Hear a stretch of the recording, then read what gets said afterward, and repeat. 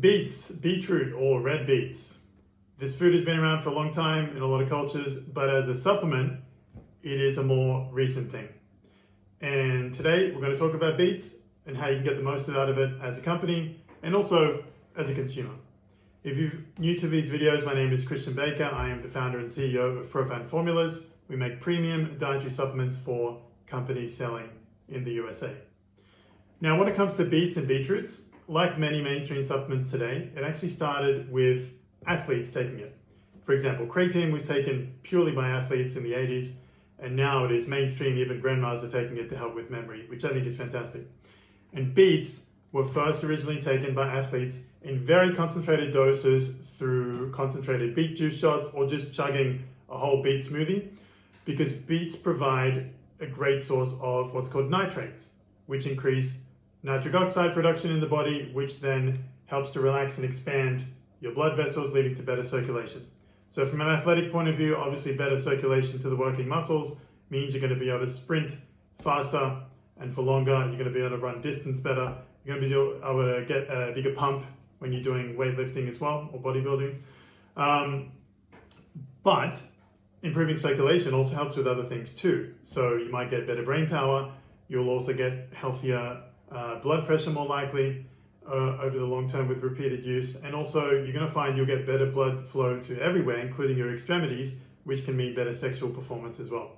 And this is what's leading the charge of moving beets from a purely athletic supplement to a more mainstream consumer supplement, mainly centered around the blood pressure angle.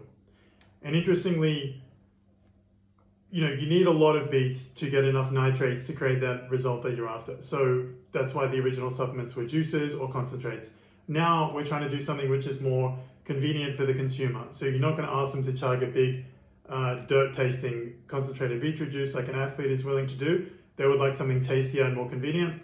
So we're seeing a lot of capsules, which obviously you don't taste at all.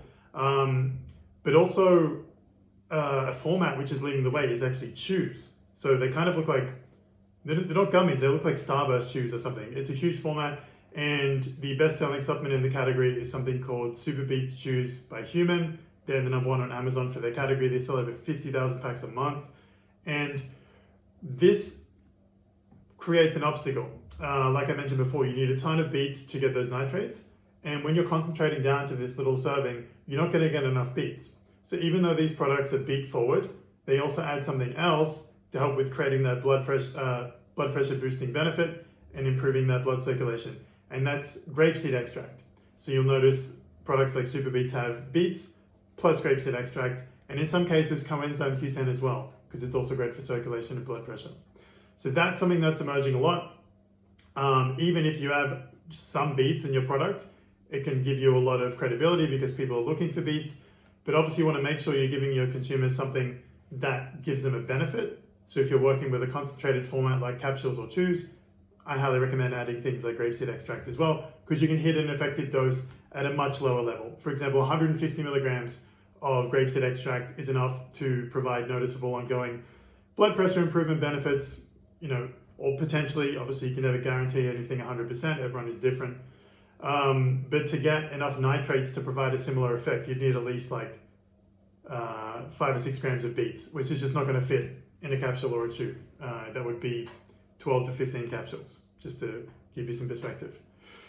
Now, an interesting additional use for beets that is starting to emerge, but I do not believe is anywhere near enough utilized yet, is that beets are a natural source of something called betaine, actually something that contributed to its name, beets.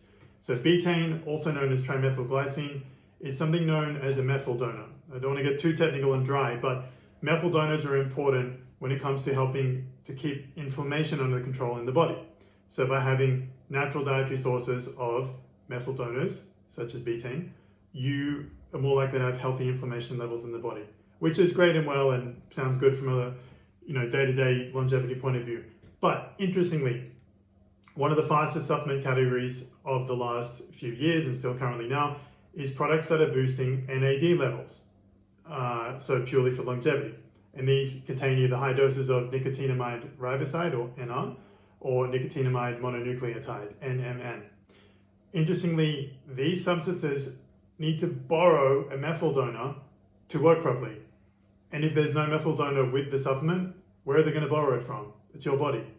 So in a cruel twist of fate, a lot of people taking these longevity boosting supplements like NMN and NR are actually opening up the possibility of causing increased inflammation in the body, which over time is going to increase aging, completely screwing up what they're trying to do by taking an anti-aging supplement, which is sad and hilarious and short-sighted all at the same time. Luckily, some NAD boosting supplements do deliberately contain some betaine and TMG. So if you're looking to sell one, definitely include betaine and TMG in your supplement. If you're looking to take one as a consumer, definitely look for one which has it. I know Thorne does, great brand, and a few other mainstream ones, but not all of them. I would say less than half actually contain TMG. So it's a huge risk, and I think something we will see emerge over the next 5 to 10 years as a potential side effect of the current obsession of taking NAD boosters with consumers. So, beets, awesome for circulation. If you want to make them into a convenient kind of serving size, consider stacking them with grapeseed to be more efficient and more effective. So smaller size, great result. And think about the methyl donor angle. So general inflammation reduction for general health and improving a lot of things to do with longevity and immune system, even skin, but as a hedge against the potential damage of NAD boosting supplements. So beets are not just some random vegetable you might use in soups or salads. There's a lot going on there. So don't overlook beets, huge growing category. Consider getting in there, but if you do, do it properly. So thank you for watching, and I'll see you in the next video.